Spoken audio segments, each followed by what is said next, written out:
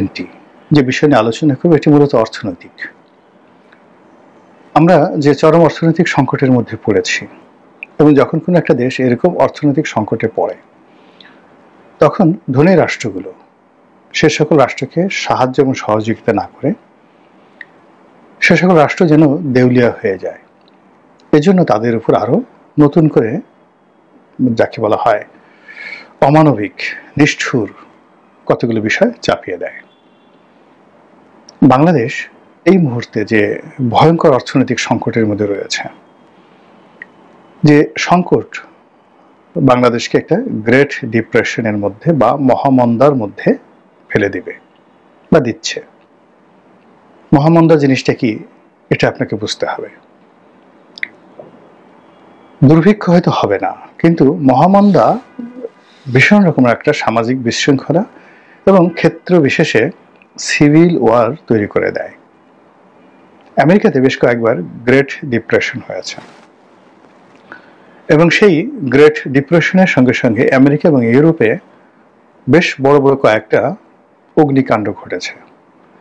আপনারা যদি দেখেন যে great London fire, great Chicago fire এবং গ্রেট নিউ ইয়র্ক ফায়ার, যখন এই তিনটি শহরে আগুন লেগেছিল এবং শহরের সবচেয়ে গুরুত্বপূর্ণ এলাকা দিনের পর দিন মাসের পর মাস সেই আগুনের কবলে পড়ে সব কিছু তছনছ হয়ে গিয়েছিল এবং নতুন করে আবার শহরকে গড়তে হয়েছিল। প্রাচীন জামানাতে বহু শহর প্রতিপক্ষ ধ্বংস করে দিয়েছে, কিন্তু নিজেদের আগুনে এই ডিপ্রেশনের কারণে আগুন লেগে যায়। যেমন ধরুন, রোম যখন পুড়ছিল, নিরো তখন বাঁশি বাজাচ্ছিল। সম্রাট নিরো, ক্লডিয়াস নিরো, তিনি যখন রোমান সম্রাট হলেন তখন সেখানে এরকম একটা অর্থনৈতিক ফ্রাস্ট্রেশন, অর্থাৎ একদিকে উন্নয়ন আর একদিকে জনগণের উপর ট্যাক্সের বোঝা, অন্যদিকে রাজনৈতিক বিশৃঙ্খলা এবং জনমনে অসন্তোষ, সব মিলিয়ে যে ডিপ্রেশন, সেই ডিপ্রেশন থেকে হঠাৎ করে যখন শহরে আগুন লেগে গেল এবং এই আগুনের কবলে পড়ে মানুষ তার কাণ্ডজ্ঞান হারিয়ে ফেলে, বিশ্বাস করেন। মানে নর্মাল অবস্থাতে যখন কোনো ভূমিকম্প হয়, প্রাকৃতিক দুর্যোগ হয়, তখন মানুষ যার মতো করে সাহায্য করতে এগিয়ে আসে এবং সেটা তুলনামূলকভাবে কম ক্ষয়ক্ষতি হয়। কিন্তু যখন একটা গ্রেট ডিপ্রেশনের মধ্যে পুরো জাতি থাকে এবং তখন যদি কোনো দাবানল হয় কিংবা শহরে অগ্নিকাণ্ড লাগে, তখন দেবালয়ও সেখান থেকে রক্ষা পায় না, সব কিছু তছনছ হয়ে যায়। তো এখন আমরা ওইরকম একটা ডিপ্রেশনের মধ্যে পড়েছি। একদিকে আমাদের যে জাতীয় আমানত, এখন আমাদের জাতীয় আমানত কত আছে? সব মিলিয়ে বলা হয় যে 16 লাখ কোটি টাকা আমাদের ব্যাংকিং সেক্টরে আছে, 16 লাখ কোটি টাকা। আমি এর আগে একবার শুনেছিলাম যে আমাদের টোটাল আমানত সব মিলিয়ে 8 লক্ষ কোটি টাকা। তো 8 লক্ষ কোটি টাকা আমানত, আবার এখন আরেকজন বলতেছে 16 লাখ কোটি টাকা, হোয়াট এভার মেবি। এখন সেই 16 লাখ কোটি টাকা বা 8 লক্ষ কোটি টাকা, এর মধ্যে ছাপানো মুদ্রা কত? ছাপানো মুদ্রা 2 লাখ কোটি টাকা। এই টাকাটা 4 বার 5 বার করে দেখাইয়া তারপরে সেটাকে 8 লাখ কোটি বা 16 লাখ কোটি টাকা দেখানো হয়। তো এর মধ্যে খেলাপি ঋণের পরিমাণই যদি 4.5 লক্ষ কোটি টাকা হয়, তাহলে বুঝেন যে যদি 8 লক্ষ কোটি টাকা টোটাল জাতীয় মূলধন হয়, তার মধ্যে 4 লক্ষ 4.5 লক্ষ কোটি টাকা নেই, মানে অর্ধেকের চেয়ে বেশি টাকা নেই। আবার যদি 16 লাখ কোটি টাকা হয়, তাহলে 4 ভাগের 1 ভাগ টাকা নেই, জাতির পুরো টাকা নেই। আচ্ছা, এই সরকার যে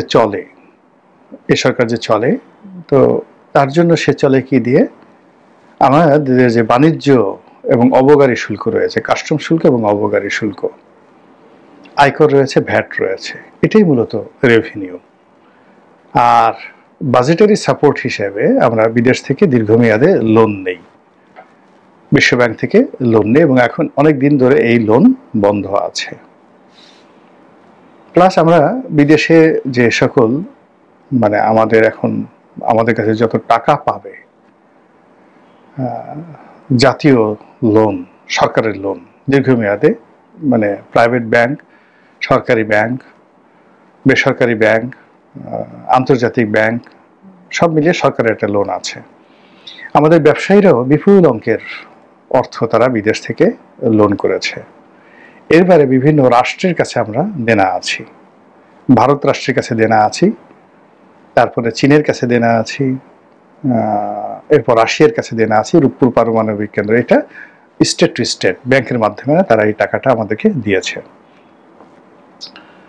তো এই জিনিসগুলো সামাল দেওয়ার জন্য অর্থনীতির যে চাকা দরকার সেই চাকাটা বন্ধ হয়ে গেছে, ঘুরছে না। এখন সেই অবস্থাতে আমাদের 5টা ব্যাংক, যেই 5টা ব্যাংকে যে টোটাল মূলধন মানে জনগণের যে আমানত, এই আমানতের 70% খেয়ে ফেলা হয়েছে। অর্থাৎ 5টা ব্যাংকে যারা উদ্যোক্তা তারা যে টাকা দিয়েছে, ধরুন 5টা ব্যাংকে একটা ব্যাংকে যদি 5,000 কোটি টাকা উদ্যোক্তাদের টাকা হয় 25,000 কোটি টাকা, কিন্তু জনগণের আমানত গিয়ে দেখেন হয়তো 2 লক্ষ কোটি টাকা। এই 2 লক্ষ কোটি টাকার মধ্যে তারা খেয়ে ফেলেছে, সেটা হলো 70%। বাকি 30% টাকা এই ব্যাংকগুলোতে আছে। এখন এই ব্যাংকগুলো সরকার খালি এটা রানিং করতে হলে এই ব্যাংকগুলোকে নতুন করে আবার টাকা ছাপিয়ে 20,000 কোটি টাকা দিতে হবে। আর এই ব্যাংকগুলোর যে সমস্যা, এই সমস্যা অন্য ব্যাংকগুলোতে কিন্তু কম না। ওগুলো মার্জার করার মতো পর্যায়ে নেই, কিন্তু বাংলাদেশের সত্যিকার অর্থে খুব ভালো পর্যায়ে আছে এরকম ব্যাংক একটাও নেই। এখানে কৃত্রিমভাবে সিটি ব্যাংকে খুব ভালো বলা হচ্ছে, অমুক একটা ব্যাংকে ভালো বলা হচ্ছে, সরকারি ব্যাংকগুলোকে ভালো বলা হচ্ছে, কিন্তু যদি আপনি তাদের যে খেলাপি ঋণ দেখেন, ঋণ আদায়ের অবস্থা দেখেন, আমানত সংগ্রহ এবং বিনিয়োগ দেখেন, আপনি একটাতেও গত সেই 2 বছরে কোনো সুসংবাদ দেখতে পাবেন না। মানে আওয়ামী লীগের শেষ 1 বছর এবং এই সরকারের 1 বছর। এখন এই যে একটা দুরবস্থা, যেখানে বিদেশি রাষ্ট্রগুলো, বন্ধু রাষ্ট্রগুলো আমাদেরকে সাহায্য করবে প্রকল্প দিয়ে, যে আপনি এখানে একটা প্রকল্প নেন, এখানে একটা হাইওয়ে নেন, এখানে একটা মেট্রো রেল করেন, এখানে একটা যাকে বলা হয় নতুন এক্সপ্রেসওয়ে করেন, আমি 50,000 কোটি টাকা দিলাম। এবং এটা যখন আমাদের বাজেটে যুক্ত হবে, সেটাই কর্মসংস্থান হবে, জাতীয় উন্নয়ন হবে, ইত্যাদি অনেক কিছু। কিন্তু এটা কেউ করছে না। উল্টো এখন চীন বুদ্ধি দিচ্ছে যে আমাদের কাছে, বুদ্ধি না, প্রেশার ক্রিয়েট করছে যে আমাদের কাছ থেকে যুদ্ধ বিমান কিনো। আর এটার মধ্যস্থতা করছে কারা? পাকিস্তান। এবং এই মুহূর্তে ধরেন আমরা কার সাথে যুদ্ধ করব যুদ্ধ বিমান কিনে? পাকিস্তানের সাথে না ভারতের সাথে নাকি মায়ানমারের সঙ্গে? কয় ঘন্টা টিকবো? এখন একটা যুদ্ধ বিমানের দাম কত? এই যে যুদ্ধ বিমানটি বিধ্বস্ত হলো, এটা চীনের তৈরি একটা যুদ্ধ বিমান, সে যে মাইলস্টোন স্কুল অ্যান্ড কলেজে। তো অত্যাধুনিক একটি যুদ্ধ বিমান, এটির দাম নাকি 800 কোটি টাকা। আর যে সকল যুদ্ধ বিমান ধরেন MiG-29, তো এইরকম যুদ্ধ বিমান বা চীনে যে সকল আরো দামি যুদ্ধ বিমানগুলো হচ্ছে, এগুলোর একটার দাম 4,000 থেকে 5,000 কোটি টাকা। এরকম যদি 15টা যুদ্ধ বিমান যদি কেনা হয়, তো 4-15 60,000 টাকা, 60,000 কোটি টাকা। এখন আমাদেরকে চীনের সাথে বন্ধুত্ব করতে হলে, ক্ষমতায় থাকতে হলে, ক্ষমতা আসতে হলে এই 60,000 কোটি টাকা দিয়ে যুদ্ধ বিমান কিনতে হবে আর ভারতকে শত্রু বানাতে হবে। তো বোঝার চেষ্টা করুন যে চীন আমাদেরকে কোথায় নিয়ে যাচ্ছে। অন্যদিকে আমেরিকা বলছে যে আমরা ডিপ স্টেট করে বা তোমাদেরকে যে শুল্ক ছাড় দেব বা ছাড় দিলাম, এখানে তোমরা অনেকগুলো এক্সপোর্ট করবা, বছরে 10,000 কোটি টাকা তোমরা আয় করবা, তো তোমরা কি নিবা আমাদের কাছ থেকে? এই 25টি বোয়িং বিমান কিনো। এটা কতটা আত্মঘাতী, মানে আমি আপনাদের একটু বর্ণনা করি। আমার এই বিষয়ে ক্ষুদ্র জ্ঞান আছে, তবুও যেহেতু এভিয়েশন ব্যবসা করেছি বা করছি, তো কাজে কিছুটা অভিজ্ঞতা তো আছে। আয়াটা বলেন, টিয়াকা বলেন, বিশ্বের এভিয়েশন ব্যবসার যে সকল অর্গানাইজেশন আছে, তো আমার কোম্পানি আয়াটারও মেম্বার আর টিয়াকারও মেম্বার। সমস্ত এয়ারলাইন্স কোম্পানিগুলোর যে অর্গানাইজেশন সেই টিয়াকা, এখানে প্যান আমেরিকা, থাই এয়ারলাইন্স, যত এয়ারলাইন্স আছে তাদের যে অ্যাসোসিয়েশন আছে, সবচেয়ে বড় অ্যাসোসিয়েশন, সেটার নাম হলো টিয়াকা। আমার কোম্পানি টিয়াকার মেম্বার। তো এদের গ্লোবাল যে কনফারেন্সগুলো সারা দুনিয়াতে হয় এবং যে দেশেই হয় সেই দেশের সরকার এটা মানে হোস্ট করে। যেমন আমরা ডেনমার্কে গেলাম বা আমেরিকাতে গেলাম, আমেরিকান গভর্নমেন্ট এটা হোস্ট করে। এত বড় অর্গানাইজেশন। তো কাজেই এই এভিয়েশন ব্যবসাটা তো আমি বুঝি, যতটা বুঝি। অন্যান্য যারা আমার মতো কন্টেন্ট ক্রিয়েটার আছেন তারা বুঝেন কি আমি বলতে পারবো না। তো এখন ১/১১ সময়টিতে, বিগত ১/১১টার সময়টিতে তারা বাংলাদেশের কে দীর্ঘমেয়াদী ঋণে $4.৫ বিলিয়ন মূল্যে ১৩টি না ১২টি তারা এই ড্রিম লাইনারে যে এখন যেগুলো চলছে এগুলোকে তারা গুছিয়ে দিল এবং বলল যে ১০ বছর ১৫ বছর পর এগুলো তোমরা পাবা, আর টাকা তোমরা ইনস্টলমেন্টে দিতে থাকো। এখন $4.৫ বিলিয়ন জায়গায় $1 বিলিয়ন দিয়ে আমরা কাজ শুরু করি, ৪ বছর পর একটা দেব বা দুটো দেব। এবং শেখ হাসিনার সরকারের একদম শেষ জমানাতে তারা দুটো না তিনটে এরকম ড্রিম লাইনার তারা পেয়েছিল। ধরুন যে অর্ডারটা প্লেস করা হয়েছে 2007 সনে, সেটা সেই 2022 সনে বা 21 সনে পর্যন্ত তার সর্বশেষ ডেলিভারিটা দেওয়া আছে। This is America. এখন এই যে আমরা যে এতগুলো ড্রিম লাইনার নিলাম, দেখেন এগুলো বসে থাকে। একবার সেই যে শেখ হাসিনা তিনি তার যে একটা ড্রিম লাইনার 747 সবচেয়ে হাইয়েস্ট গ্রেডের, এটা নিয়ে উনি গেলেন আমেরিকাতে, সেখানে বসে রইল। তারপরে সেখান থেকে তিনি আসলেন ইংল্যান্ডে, সেখানে বসে রইল। তারপর তিনি সেখান থেকে গেলেন ফিনল্যান্ডে, মানে এরার শ্বশুর বাড়িতে, যাকে বলা হয় ববির শ্বশুর বাড়িতে, সেখানে গিয়ে অনেক দিন রইল। তো এটা নিয়ে যখন পত্রপত্রিকায় ছাপা হলো তখন বললো যেগুলো তো ঢাকা এয়ারপোর্টের হ্যাঙ্গার, মানে যেখানে এগুলো মানে ডিপো, সেখানে তো দিনের পর দিন মাসের পর মাস এমনিই বসে থাকে। বরং এটা শেখ হাসিনা নিয়ে আসছেন, আনার পরে এই সময়টাতে বসে বসে তিনি রাষ্ট্রীয় কোষাগার থেকে বিমানকে টাকা দিচ্ছেন, এটা তো বিমানের আরও লাভ। তো যেখানে আমরা আগের 12টি বা 13টি যে ড্রিম লাইনার সেগুলো আমরা চালাতে পারছি না। আমাদের এখানে খুব ছোটো ছোটো যে প্লেন যেগুলো দরকার অভ্যন্তরীণ রুটে, আন্তর্জাতিক রুটে আমরা পেরে উঠছি না। তো সেই এমনকি এখন তো লোকাল রুটেও বড় বড় এয়ারলাইন্সগুলো যেগুলো আসছিল, নভোর অবস্থা খারাপ, জিএমজি বন্ধ হয়ে গেল, তারপর শেষে আরও কোনটা যেন বন্ধ হয়ে গেল, চালানো যাচ্ছে না, বিমানও ভালো মতো চলছে না। বিকজ মানুষ কক্সবাজারে যাবে কিভাবে, হোটেলে থাকবে কি করে, মানে যেখানে পেটের ভাত চলছে না গত 1 বছর যাবত। গিয়ে দেখেন বড় বড় হোটেলগুলো, তারা সিগালের মতো হোটেল, যেখানে একসময় ভাড়া ছিল 10,000 টাকা, এখন তারা 4,000 টাকা 5,000 টাকা রুম ভাড়া করেও তারা কাস্টমার পাচ্ছে না।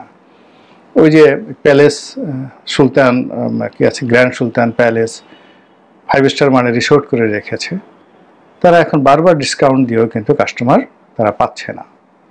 বগুড়াতে সেই যে সকল মানে বড় বড় হোটেল হয়েছে পাচ্ছে না। তো সেখানে প্লেনে যাবে কি করে, লোকাল প্লেনের ভাড়া দেওয়ার মতো অবস্থা নাই। তো সেখানে আন্তর্জাতিক যে ফ্লাইটগুলো, সেখানে এই যে কটা বিমান আছে আমরা চালাতে পারছি না, একটার পর একটা রুট বন্ধ হয়ে যাচ্ছে। জাপানের রুট বন্ধ হয়ে যাচ্ছে, আমেরিকাটা বন্ধ হয়ে গেছে। তো এরকম, তো সেখানে আবার 25টা এয়ারক্রাফট দিয়ে আমরা কি করব বলেন তো। বর্তমান যেভাবে প্রাইস বৃদ্ধি পেয়েছে, 25টি বিমান যদি আমাদেরকে কিনতে হয় অ্যাটলিস্ট $20 বিলিয়ন এই মুহূর্তে আমাদেরকে পে করতে হবে।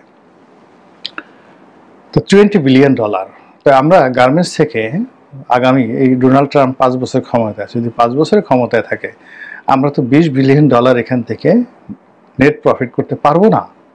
কিন্তু আমাদেরকে $20 বিলিয়ন এই 25টা মানে বোয়িং কিনতে হবে।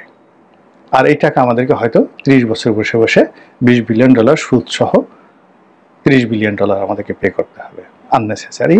এই হলো ডিপ স্টেটের, মানে আপনাদেরকে ক্ষমতায় বসানো হয়েছে, আপনাদেরকে ক্ষমতায় প্রোটেক্ট করতে হবে, এই জন্য চাঁদা, একেবারে চাঁদা, চান্দা বাবা। ঠিক সেম কাজ আপনি দেখেন, $200 বিলিয়ন একটা আর্মস ডিল সে করে আসলো, $200 বিলিয়ন সৌদি আরবের বাদশার সঙ্গে। তো উনি অস্ত্র দিয়ে কি করবেন, ক্যাশের সাথে যুদ্ধ করবেন। সিমিলারলি 200 না 300 বিলিয়ন আর একটা আর্মস ডিল সে করে আসে সংযুক্ত আরব আমিরাত দুবাইয়ের সঙ্গে, ডোনাল্ড ট্রাম্প। সে অস্ত্র দিয়ে কি করবে, রাশিয়া মানে ইউক্রেনের সঙ্গে তারা বন্ধুত্ব করেছে, বলছে যে ঠিক আছে তোমার যেহেতু টাকা নাই পয়সা নাই কোনো কিছু করতে পারবে না, তোমাকে আমি পর্যাপ্ত অস্ত্র দেব, কিন্তু অস্ত্র দেওয়ার বিনিময়ে তোমাদের দেশের যে সবচেয়ে মূল্যবান খনিজ সম্পদ রয়েছে সেই খনিজ সম্পদগুলো আমাদেরকে দিতে হবে। এবং যুদ্ধের ফ্যাসাদে ফেলে তাদেরকে সেই কাজগুলো করতে হলো। তো বাংলাদেশকে এখন তারা এমন একটা বিপদের মধ্যে ফেলে দিয়েছে যে যারা ক্ষমতায় আছে বা যারা ক্ষমতায় আসতে চায়, এক নম্বর কথা হলো এই বোয়িং বিমান কিনতে হবে তাদের কাছ থেকে। আর বোয়িং বিমান কেনার সবচেয়ে বিপত্তি হলো যে তাদের সঙ্গে কোনো রকম সম্পর্ক যদি খারাপ হয়ে যায় তাহলে এই বিমানগুলো আর আপনি চালাতে পারবেন না। যেমন ফ্রান্সের যে বিমানগুলো যদি আপনি কিনেন তাহলে এটার বিকল্প মানে ইউরোপীয় ইউনিয়নের অনেকগুলো দেশ থেকে বিকল্প পার্টস আপনি ব্যবহার করতে পারবেন। বিকজ ওখানে ধরুন আপনার বিএমডব্লিউর কথা চিন্তা করেন, এখন বিএমডব্লিউ তারা মানে ব্র্যান্ডটা শুধু, কিন্তু তাদের মেশিন কিন্তু তারা কিনে অডি থেকে বা ওই ভক্সওয়াগন থেকে, মাদার কোম্পানি ভক্সওয়াগন থেকে। এরকম মার্সিডিজ দেখা যাচ্ছে তাদের ইঞ্জিন অন্ততপক্ষে আরও 100টি কোম্পানির কাছে বিক্রি করে। তো কিন্তু আমেরিকান অ্যাপেল আর আপনি যদি ধরেন সেই অ্যান্ড্রয়েড, এরকম একটা ডিফারেন্স আর কি, ম্যাক এবং অ্যান্ড্রয়েডের মতো। তো বোয়িং যারা কিনেছে, ইরান বোয়িং কিনেছে, যাদের সঙ্গে বন্ধুত্ব ছিল রেজা শাহ পাহলভির সময়, পুরোটা এখন বসে আছে। রাশিয়ার পৃথিবীর সবচেয়ে বেশি বিমান রাশিয়ার, বোয়িংয়ের 1 নম্বর কাস্টমার রাশিয়া। যখন এই ইউক্রেন যুদ্ধ শুরু হলো তারা কি করলো, বললো যে না আমরা তোমার কাছে আর এই পার্টস বিক্রি করতে পারবো না। ফলে কি হলো, পুরো রাশিয়ার মোর দ্যান মানে কত কয়েক হাজার এরকম বোয়িং বিমান বসে আছে, চালাতে পারছে না। এবং তারা কি করছে, এদের পার্টসগুলো খুলে নিয়ে, রাশিয়ার পার্টসগুলো খুলে নিয়ে ইরান ব্যবহার করছে, ইরানের পার্টসগুলো খুলে নিয়ে রাশিয়া ব্যবহার করছে। এই হলো বোয়িংয়ের ইতিহাস। তা 2 দিন পর ধরেন এখন বাংলাদেশে ওরা বলতেছে জঙ্গি আছে, ওটা আছে, ফলে তুমি জঙ্গি দমন করো, জামাত ব্যান্ড করো, ওইটা করো, এরকম কয়েকদিন পর হঠাৎ করে মানে একটা শর্ত দিয়ে বসবে, আপনি সেটা পালন না করলে ব্যান্ড, সাথে ব্যান্ড গেল, আপনার টাকাও গেল, সবও গেল। এবং এই যে একটা অবস্থার মধ্যে আমরা পড়েছি, মানে চীন এবং যাকে বলা হয় আমেরিকার যে দোলাচল এবং মিশ্রির ছুরি, উভয় সংকট, এখান থেকে যদি বের হতে হয়, বিশ্বাস করেন একজন কি বলবো ব্যক্তিত্ববান, দেশপ্রেমিক, মাথা উঁচু করে চলা ইব্রাহিম তারোরে, বুর্কিনা ফাসোর বর্তমান প্রেসিডেন্ট, যার বয়স মাত্র 35 বছর, কিংবা ধরুন পশ্চিমাদের চক্রান্তে প্রায় 30-35 বছর যারা যুদ্ধ করছে রুয়ান্ডা, সেই রুয়ান্ডাতে উদ্ধারকারী রূপে যেভাবে একজন পল কাগামে এসেছেন, ওইরকম একজন নায়ক ছাড়া আমরা যে বিপদে পড়েছি সেই বিপদ থেকে আমরা উদ্ধার পাবো না। আর এই বিপদকে পুঁজি করে আমাদের সর্বশেষ সম্বলগুলো তারা নিয়ে নেবে। আপনি চিন্তা করেন, পলাশির যুদ্ধ হলো, পলাশির যুদ্ধের পর মীর জাফরকে বসালো, সমস্ত বাংলার ধনসম্পদ ব্রিটিশরা নিয়ে নিল, এরপর মীর কাসিমকে বসালো, সমস্ত ধনসম্পদ নিয়ে গেল, এরপর আবার মীর জাফরকে বসালো।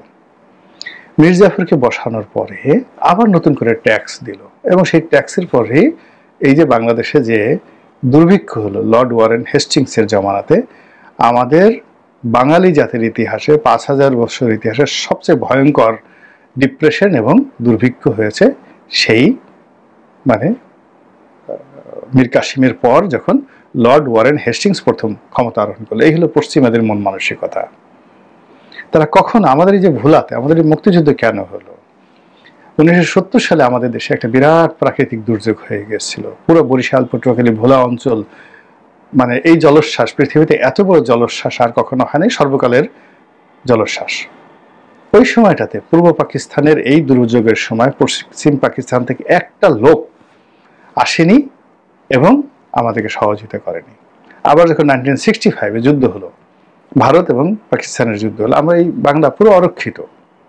ভারত যদি তখন চাইতো 1 ঘন্টাও লাগতো না, যার শুধু এখানে আসলে তারা দখল করে নিতে পারতো, পুরো পূর্ব পাকিস্তানকে অরক্ষিত করে গেছে। কাজেই আপনার যখন দুরবস্থা, বিপদের সময়, ডোন্ট গো টু এনিবডি, কারোর কাছে যাবেন না।